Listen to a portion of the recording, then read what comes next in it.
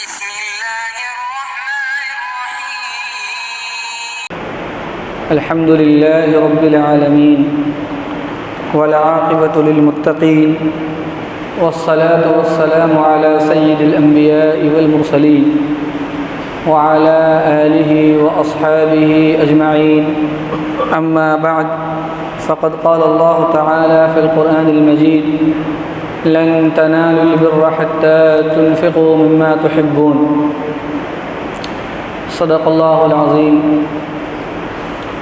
محترم بزرگوں اور میرے دینی بھائیوں، اللہ تبارک و تعالی نے ہم سب کو اس دنیا میں بھیجا اور بھیجنے کا مقصد اللہ تعالیٰ کی عبادت ہے۔ ہم انسانوں کو اللہ نے اپنی عبادت کے لیے بھیجا۔ عبادت میں نماز بھی عبادت ہے، روزہ بھی عبادت ہے، زکوٰۃ بھی عبادت ہے، حج بھی عبادت ہے، قربانی بھی عبادت ہے، صدقہ خیرات بھی عبادت ہے۔ آپ عبادتوں میں غور کریں گے تو بعض عبادتیں وہ ہے جس کو کہتے ہیں جسمانی عبادت، جو ہم جسم سے انجام دیتے ہیں، اور بعض عبادتیں وہ ہے جس کو کہتے ہیں مالی عبادت، جو مال کے ذریعے سے ادا کی جاتی ہے۔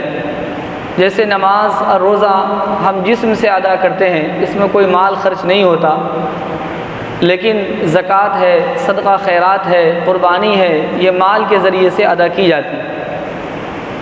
ان مالی عبادتوں میں ایک بڑی اہم عبادت ہے جس کو کہتے ہیں وقف کی عبادت۔ کسی چیز کو، کسی جائیداد کو، کسی مکان کو، کسی دکان کو، کسی پراپرٹیز کو انسان اللہ کے لیے وقف کر دے، اس کے نفع کو کسی جماعت کے لیے، عام مسلمانوں کے لیے، مسجد کے لیے، عیدگاہ کے لیے، قبرستان کے لیے وقف کر دے، اس کو کہتے ہیں وقف کی عبادت۔ وقف کی عبادت بڑی پرانی عبادت ہے اور بڑی عظیم عبادت ہے، صدقہ جاریہ کی قبیل سے ہے۔ اسلامی تاریخ میں سب سے پہلا وقف آپ صلی اللہ علیہ وسلم کا ہے، جو آپ نے زمین خرید کر قباء کی مسجد کے لیے دی۔ صحابہ کرام کا عام مزاج تھا، صحابہ کرام کوئی کنواں خرید کر لوگوں کے لیے وقف کرتے، تو کوئی باغ خرید کر، تو کوئی اور کوئی چیز لوگوں کے لیے وقف کیا کرتے تھے۔ مسلمانوں کا عام مزاج رہا ہے کہ وہ وقف کے لیے اپنی جائیداد کو اللہ کے لیے وقف کیا کرتے تھے۔ اپنے ملک ہندوستان کے اندر تقریباً 1000 سال تک مسلمانوں کی حکومت رہی، اور آپ دنیا کے جس ملک کے اندر بھی جائیں گے، جہاں بھی مسلمان موجود ہے، وہاں آپ کو وقف کی جائیداد بڑی تعداد میں اور بڑی مقدار میں ملے گی۔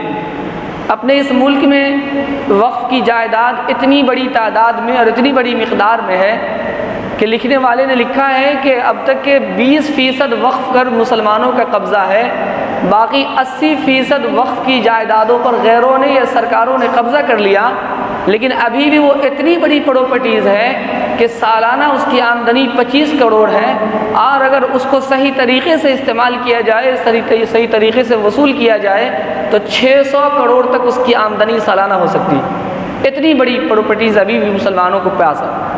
تو یہ وقف ہندوستان کے اندر 1000 سال تک مسلمانوں کی حکومت رہی۔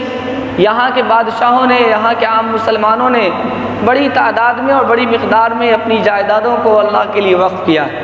بادشاہوں کا مزاج تھا، ایک مدرسہ بنایا اور اس مدرسے کے انتظام و انصرام کو چلانے کے لیے بڑی تعداد میں، بڑی مقدار میں زمینیں وقف کر دی، دکانیں وقف کر دی، تاکہ اس کی آمدنی سے یہ مدرسہ چلتا رہے۔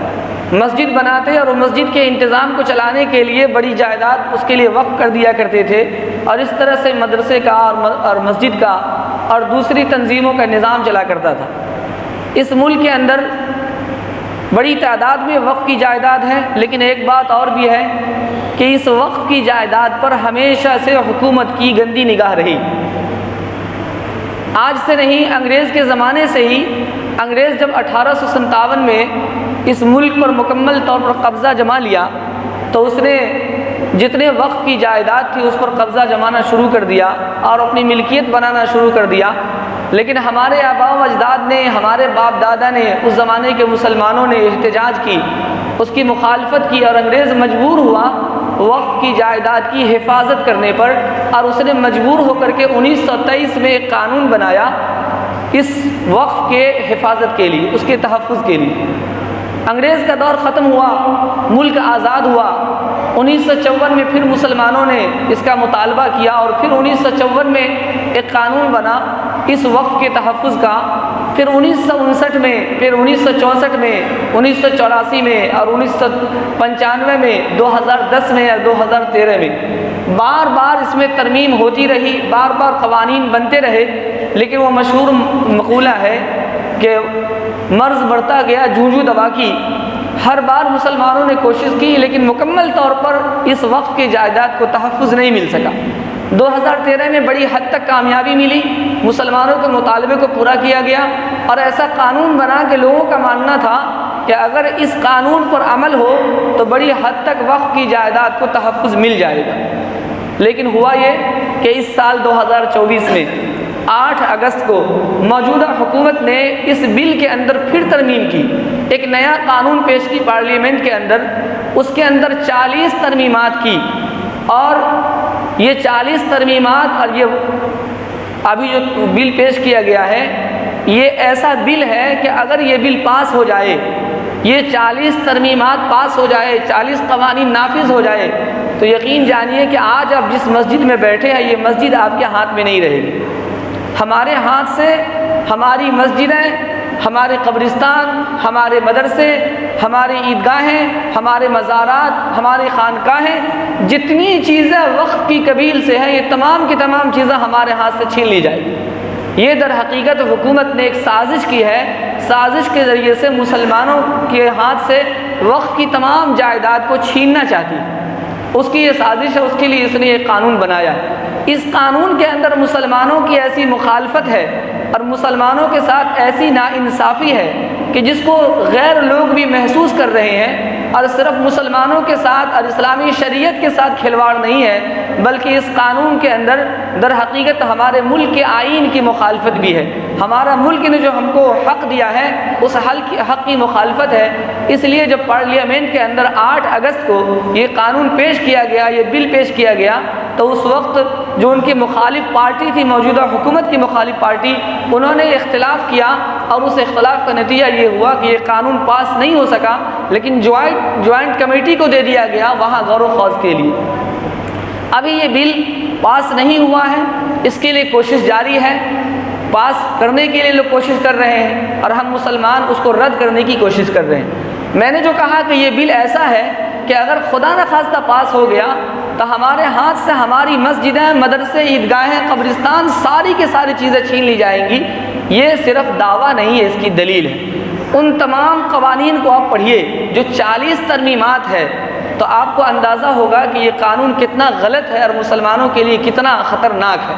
بلکہ لکھنے والے نے لکھا ہے کہ آج تک مسلمانوں کے خلاف جتنے قوانین بنائے گئے ان تمام قوانین میں سب سے زیادہ خطرناک قانون یہ بنا، اگر یہ پاس ہو گیا تو مسلمان کے اس ملک میں رہنا دوبر ہو جائے گا۔ اس کے 2-4 مثالیں میں آپ کو دیتا ہوں، 2-4 قانون کی صرف وضاحت کروں گا۔ 40 قوانین کی اگر وضاحت کروں تو اتنا وقت بھی نہیں ہے، اس کی ضرورت بھی نہیں ہے۔ نمونے کے لیے 2-4 میں آپ کے پاس پیش کرتا ہوں، آپ کو اس سے اندازہ ہوگا۔ یہ جو نیا بل لایا گیا ہے، اس نیا بل میں ایک قانون یہ ہے کہ وقف، چاہے وہ وقف مرکزی ہو یا وقف صوبائی ہو، اس کے اندر ارکان غیر مسلم بھی بن سکتے ہیں، اس کا رکن غیر مسلم بھی بن سکتا ہے۔ اور اس کے اندر وقف کے اندر ایک بڑا منصب ہے جس کو کہتے ہیں چیف ایگزیکٹو۔ یہ منصب، اس منصب پر غیر مسلم بحال ہوگا، CEO کے منصب پر غیر مسلم بحال ہوگا، اور اس کے علاوہ وقف کے ارکان میں غیر مسلم بھی شامل ہو سکتے ہیں۔ اب آپ سوچئے اس ملک کے اندر جتنی قومیں آباد ہے، جتنے مذہب کے ماننے والے آباد ہیں، ان تمام کی اپنی نجی تنظیمیں ہیں۔ ہندو کی مندر کی حفاظت کے لیے الگ تنظیمیں ہیں، سکھ کی الگ تنظیمیں ہیں، دوسرے قوم کی الگ تنظیمیں ہیں۔ ہندو کی جو نجی تنظیمیں ہیں اس کا ممبر ہندو ہی بن سکتا ہے، کوئی مسلمان نہیں بن سکتا۔ سکھ کی جو نجی تنظیمیں ہیں اس کا ممبر سکھ ہی بن سکتا ہے، کوئی دوسرا نہیں بن سکتا۔ عیسائی کی نجی تنظیمیں ہیں، اس کا ممبر عیسائی بن سکتا ہے، دوسرا کوئی نہیں بن سکتا۔ لیکن مسلمان کی نجی تنظیم جو وقف ہے، جو اس تنظیم کا ممبر، اس کے بڑے بڑے منصب پر غیر مسلم کی بحالی کی بات اس قانون کے اندر کی گئی ہے۔ آپ سوچ سکتے ہیں کہ جو چیز خالص شرعی ہو، اگر اس کا مالک کسی ایسے آدمی کو بنا دیا جائے جو نہ قرآن سے واقف ہو، نہ حدیث سے واقف ہو، نہ فقہ سے واقف ہو، تو اس کا کیا حشر ہوگا؟ وہ کیسا قانون لگائے گا ہمارے مسجد پر، کیسا قانون لگائے گا ہمارے مدرسے کے اوپر، جس کا آپ اندازہ نہیں لگا سکتے۔ وہ کہتے ہیں نا کہ منصف کی آستی میں ہے خنجر چھپا ہوا، منصف کی آستی میں ہے خنجر چھپا ہوا، انصاف کرنے والا ہی قاتل ہے آج کل۔ جب انصاف کرنے والا قاتل ہو جائے تو وہاں سے آپ کو انصاف کی کیا امید ہے؟ جب ایسے آدمی کے ہاتھ میں آپ اپنے وقف بورڈ کو سونپ دیں گے، اپنی مسجدوں کو، اپنے مدرسوں کو، اپنے خانقاہوں کو، اپنے مزاروں کو جب آپ ایسے لوگوں کے حوالے کر دیں گے جس کو قرآن کی معلومات نہیں ہے، حدیث کی معلومات نہیں، جو پہلے سے آستین میں خنجر چھپا کر بیٹھے ہیں، کیا وہ آپ کی مسجد اور مدرسے کی حفاظت کر سکیں گے یا اس کی تباہی آ جائے گی؟ اس سے بڑی کیا تباہی ہو سکتی ہے اس کی؟ ایک بات تو یہ، اس قانون کا نقصان کیا ہوگا؟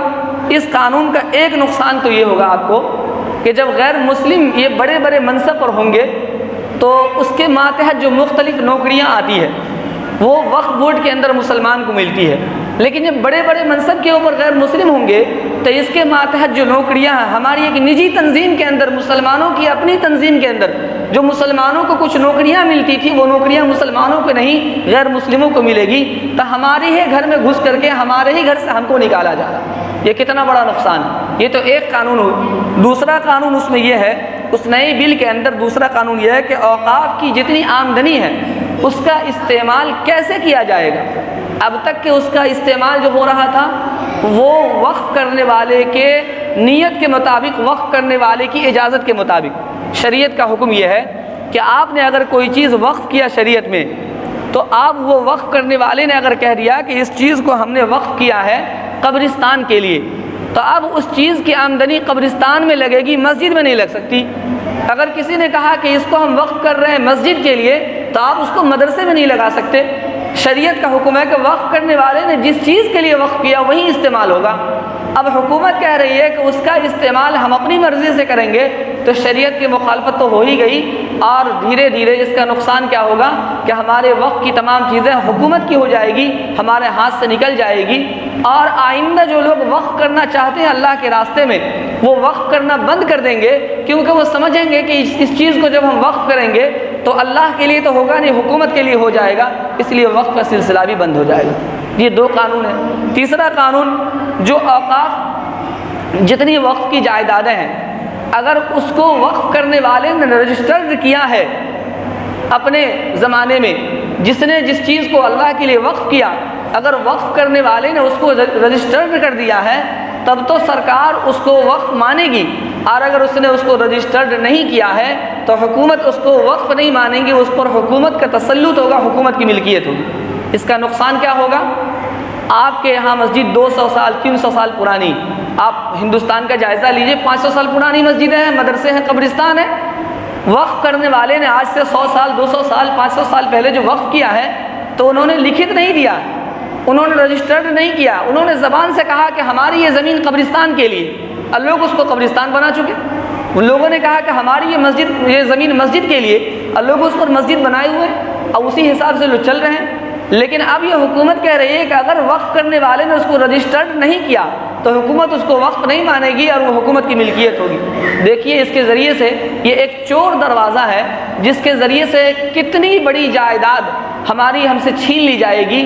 اکثر مسجدیں ایسی ہیں جس کو وقف کرنے والے نے وقف تو کر دیا لیکن اپنے زمانے میں رجسٹرڈ نہیں کیا تھا، مدرسے کے لیے زمین وقف کر دی، قبرستان کے لیے زمین وقف کر دی، لیکن اس کو اپنے زمانے میں 100 سال 200 سال پہ رجسٹرڈ نہیں کیا۔ اب حکومت کہے گی کہ وہ زمین وقف نہیں ہے، وہ حکومت کی ہے۔ کتنی بڑی تعداد میں، کتنی بڑی مقدار میں ہم سے ہماری وقف کی جائیداد ہے، مسجدیں، مدرسے، عیدگاہیں، قبرستان چھین لیے جائیں گے۔ یہ اس کا کتنا بڑا نقصان ہے۔ اسی طریقے سے ایک قانون اس میں یہ ہے کہ اگر کوئی آدمی وقف کیا ہے کسی چیز کو تو یہ دیکھا جائے گا کہ وقف کرنے والا پچھلے 5 سال سے مسلمان ہے یا نہیں۔ اگر وہ پچھلے 5 سال سے مسلمان نہیں ہے یا غیر مسلم ہے یا مسلمان ہے لیکن ابھی 5 سال اس کو مسلمان ہوئے نہیں ہوا تو اس کا وقف کیا ہوا سامان یا وقف کی ہوئی چیز، وقف کی ہوئی زمین جائیداد وقف نہیں مانی جائے گی۔ وقف کے معتبر ہونے کے لیے اس کا مسلمان ہونا اور 5 سال پرانا مسلمان ہونا ضروری، جبکہ شریعت کا حکم یہ ہے کہ اگر کوئی غیر مسلم یہ وقف کر دے تو وقف ہو جاتا۔ تو شریعت کی مخالفت تو ہے ہی، اور اس کے ذریعے سے نقصان کیا ہوگا ہمارا؟ نقصان یہ ہوگا کہ بڑی تعداد میں ہماری وقف کی جائیداد کو حکومت یہ کہہ کر کے ہڑپ لے گی کہ اس کو وقف کرنے والا مسلمان نہیں تھا، یا مسلمان تھا لیکن مسلمان ہوئے 5 سال نہیں گزرا تھا، اس لیے وہ زمین جائیداد ہماری اس پر حکومت کا تسلط ہو جائے گا۔ آپ سوچ سکتے ہیں کہ ایک زمین 200 سال پہلے کسی نے وقف کیا، حکومت کہے گی کہ یہ وقف کرنے والا مسلمان نہیں تھا۔ 200 سال پرانا ریکارڈ آپ کہاں سے لائیں گے؟ آپ کیسے اس آدمی کو مسلمان ثابت کر سکتے ہیں؟ اور آپ نے اگر مسلمان ثابت بھی کر دیا تو یہ کیسے ثابت کر سکتے ہیں کہ 5 سال پہلے سے وہ مسلمان تھا؟ سوچ سکتے ہیں ہماری یہ مسجد ہے، مثال کے طور پر اس مسجد کو آج سے 300 سال پہلے کسی نے وقف کیا، اور آپ کہیں گے کہ کوئی آ کر کے حکومت کا کارندہ کہہ دے کہ نہیں یہ جو مسجد ہے اس کو وقف کرنے والا مسلمان نہیں تھا، آپ کیسے ثابت کریں گے کہ وقف کرنے والا 300 سال پہلے مسلمان تھا؟ یا اگر مسلمان بھی تھا تو 5 سال پہلے سے مسلمان تھا؟ تو یہ ایک چور دروازہ ہے جس کے ذریعے سے بڑی تعداد میں اور بڑی مقدار میں مسلمانوں کے وقف کی جائیداد کو، مسجدوں کو، مدرسوں کو، عیدگاہوں کو، قبرستانوں کو، مزارات کو، خانقاہوں کو حکومت اپنے تسلط میں لے لے گی، حکومت اپنے قبضے میں لے لے گی۔ تو یہ بہت خطرناک قانون۔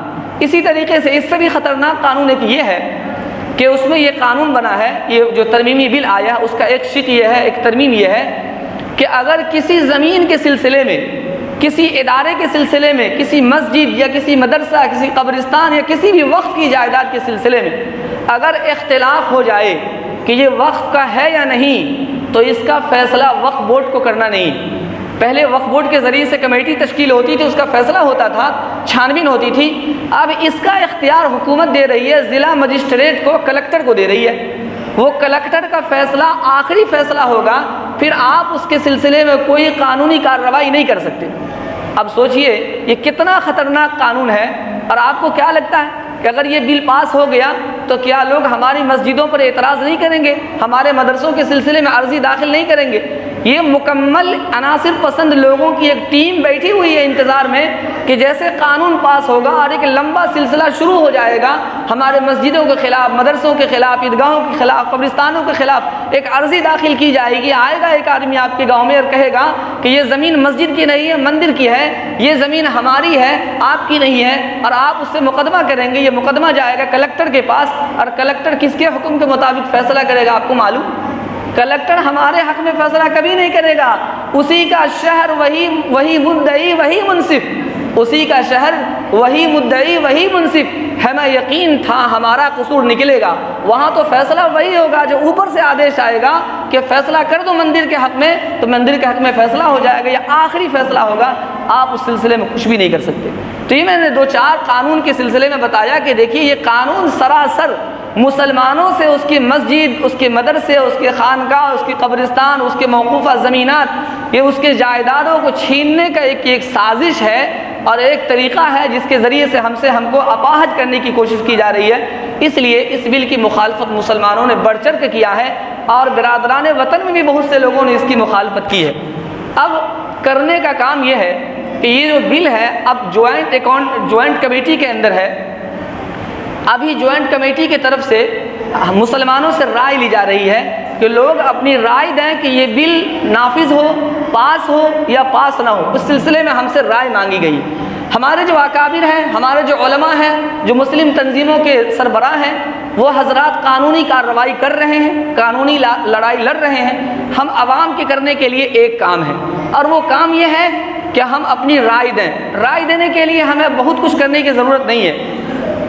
ایک لنک ہے، اس لنک کے اوپر مکمل طور پر وہ مضمون لکھا ہوا ہے، اس پر یہ سارا کچھ تیار ہے کہ ہم اس بل کو ریجیکٹ کرتے ہیں، اس بل کو نہیں مانتے، یہ بل جو ہے آئین ہند کے خلاف ہے، مسلمانوں کے شریعت کے خلاف ہے، مسلمانوں کا استحصال کیا جا رہا ہے۔ جو بھی چیزیں لکھنے کی ہے اس میں لکھ دیا گیا، میٹر تیار ہے، وہ اس لنک پر موجود ہے۔ آپ صرف اپنے موبائل سے، اپنے جی میل سے، اپنے ای میل سے اس لنک پر اوکے کریں گے، جی میل کھلے گا، وہاں دبائیں گے، ایک بٹن آئے گا آپشن کا، بس وہاں آپ دبائیں گے، آپ کی رائے حکومت کو چلی جائے گی، جوائنٹ کمیٹی کو آپ کی رائے چلی جائے گی۔ یہ کام ہم تمام لوگوں کو کرنے کی ہے، اس میں بیداری پیدا کرنے کی ضرورت ہے۔ آپ حضرات کو یاد ہوگا ابھی سے تقریباً 4 ہفتہ قبل میں نے اسی عنوان پر بیان کی تھی، اور میں نے کہا تھا کہ ہو سکتا ہے کہ آپ حضرات کو رائے دینے کے لیے کہا جائے یا آپ حضرات کو احتجاج کے لیے کہا جائے، اور عجیب بات ہے کہ وہ بات صحیح ثابت ہو گئی، اور آج ہم سے رائے مانگی جا رہی ہے۔ ہم جتنا کر سکتے ہیں اتنا کہ مکلف ہے، اتنا کرنا ہمارے لیے ضروری ہے۔ علامہ بویسی رحمۃ اللہ علیہ، یہ آخری بات کہہ کے اپنی بات مکمل کروں گا، علامہ بویسی رحمۃ اللہ علیہ بہت بڑے عالم دین گزرے ہیں، شافعی المسلک کے بڑے عالم تھے۔ ان کو خلق قرآن کے مسئلے پر گرفتار کر لیا گیا، جیل خانے میں ڈال دیا گیا۔ جیل کی کوٹری کے اندر ان کے ہاتھ میں ہتھکڑیاں ہوتی، پاؤں میں بیڑیاں ہوتی۔ جب جمعہ کا دن آتا اور جمعہ کی اذان ہوتی تو وہ اپنے کوٹری سے نکلتے اور گھسٹتے گھسٹتے جیل کے مین گیٹ تک جاتے، اور جب لوگ نماز پڑھ کے آتے تو وہ پھر اسی طرح گھسٹتے گھسٹتے اپنے کوٹری تک آتے۔ ان کا جسم لہو لہان ہو جاتا۔ لوگوں نے کہا کہ حضرت آپ تو جانتے ہیں کہ آپ گیٹ سے باہر نہیں نکل سکتے، آپ جمعہ نہیں پڑھ سکتے، پھر آپ ایسا کیوں کرتے ہیں؟ انہوں نے کہا کچھ نہیں، اللہ نے قرآن کریم میں کہا ہے یا ایھا الذین آمنوا اذا نودی للصلاۃ من یوم الجمعۃ فاسعوا الی ذکر اللہ، اے ایمان والو جب جمعہ کی اذان ہو جائے تو جمعہ کے لیے جاؤ اور کوشش کرو اور دوڑو۔ میں اس بات سے ڈرتا ہوں کہ کہیں اللہ یہ نہ کہہ دے قیامت کے دن کہ اے بویسی تمہیں مین گیٹ تک آنے کی طاقت اور قوت تھی، تم وہاں تک تو آتے، اگر تم وہاں تک آتے آگے لے جانا اور نہیں لے جانا یہ ہمارا کام تھا، تو میں اللہ کو کیا جواب دوں گا؟ بس اس بات سے ڈرتا ہوں کہ جو میں کر سکتا ہوں وہ کر لوں، اگر وہ بھی نہیں کیا تو اللہ کیا جواب دوں گا؟ میرے بھائیوں آج بالکل وہی صورتحال ہے۔ ہم سے بہت کچھ کرنے کے لیے نہیں کہا جا رہا ہے، ہم سے صرف رائے دینے کے لیے کہا جا رہا ہے۔ اگر ہم نے اپنی رائے نہیں دی، خدا نخواستہ یہ بل پاس ہو گیا تو قیامت کے دن اللہ تعالی ہم سے پوچھیں گے اے ہندوستان کے مسلمانوں تم سے رائے دینے کے لیے کہا گیا تھا کہ ہمارے حق میں تھا جتانا نہیں جتانا، تم نے اپنی رائے کیوں نہیں دی؟ اس لیے میرے بھائیوں اس معاملے میں کوتاہی نہیں کیجیے، اس معاملے میں بڑی بیداری پیدا کرنے کی ضرورت ہے۔ ہم لوگوں نے سروے کیا ہے، گاؤں گاؤں جا کر کے دیکھا ہے، ایسا محسوس ہوا کہ مسلمانوں کو کچھ پتہ نہیں، بلکہ کتنی جگہ کے ائمہ حضرات سے جب بات کی تو انہوں نے کہا کہ نہیں ہمیں تو اس سلسلے میں کچھ معلوم ہی نہیں ہے۔ سوچئے مسلم قوم جس کے ہاتھ سے مسجدیں جا رہی ہے، مدرسے جا رہے ہیں، قبرستان جا رہے ہیں، عیدگاہ جا رہے ہیں، اور جس کے ہاتھ سے ساری جائیداد جا رہی ہے، وہ مسلم قوم اتنی ٹھنڈی نیند سو رہی ہے کہ اس کو پتہ ہی نہیں ہے کہ کیا ہو رہا ہے اور ہمیں کیا کرنا چاہیے۔ تو اس سلسلے میں ہر گاؤں میں جا کر کے ہم لوگوں نے 2-4 لوگوں کی ایک کمیٹی بنائی اور کہا کہ وہ وہاں سے QR کوڈ بھی آیا ہوا ہے، لنک بھی آیا ہوا، آپ حضرات کے موبائل پر بھی آیا ہوگا، اس کے ذریعے سے ایک کمیٹی بنا کر کے گھر گھر جا کر کے تمام لوگوں سے رائے دی گئی ہے۔ تو آپ حضرات سے گزارش ہے کہ آپ حضرات جب اپنے گھر جائیں گے تو اپنے گھر میں عورتوں سے بھی کہیں گے کہ اگر کوئی آدمی آئے آپ کے گھر میں اور یہ اپنی جی میل کے ذریعے سے ای میل کے ذریعے سے رائے بھیجنے کے لیے، تو آپ اس کا کوآپریٹ کریں، آپ اس کا ساتھ دیں اور اپنا موبائل ان کو دیں تاکہ آسانی ہو اس کام کے اندر۔ انشاءاللہ میں آج شام تک ایک کمیٹی بناؤں گا 2-4 نوجوانوں کے ذریعے سے، تمام آدمی مل کر کے کام کرنا چاہے تو یہ کام مشکل ہو جاتا ہے، 2-4-5 آدمی اگر مل کر کے چاہے تو آسانی سے پورے گاؤں کے لوگوں کی رائے بھیج سکتے ہیں۔ انشاءاللہ میں شام تک اس کا انتظام کروں گا اور اس کے بعد اس کام کو شروع کروں گا۔ آپ حضرات سے بس اتنی گزارش ہے کہ آپ حضرات اس میں ساتھ دیں، جو مرد حضرات ہیں وہ بھی، گھر کی جو خواتین ہیں ان سے بھی کہیں کہ وہ بھی اس سلسلے میں ساتھ دیں اور اپنے موبائل سے اپنی رائے بھیجیں۔ گھر کا ایک آدمی جس کے پاس بھی موبائل ہے، جس کے پاس بھی جی میل ہے، وہ تمام کے تمام لوگ اپنے ای میل کے ذریعے سے، اپنے جی میل کے ذریعے سے اپنی رائے بھیجیں۔ اللہ تبارک و تعالی ہم سب کو کہنے سننے سے زیادہ عمل کی توفیق عطا فرمائے۔ وآخر دعوانا الحمدللہ رب العالمین۔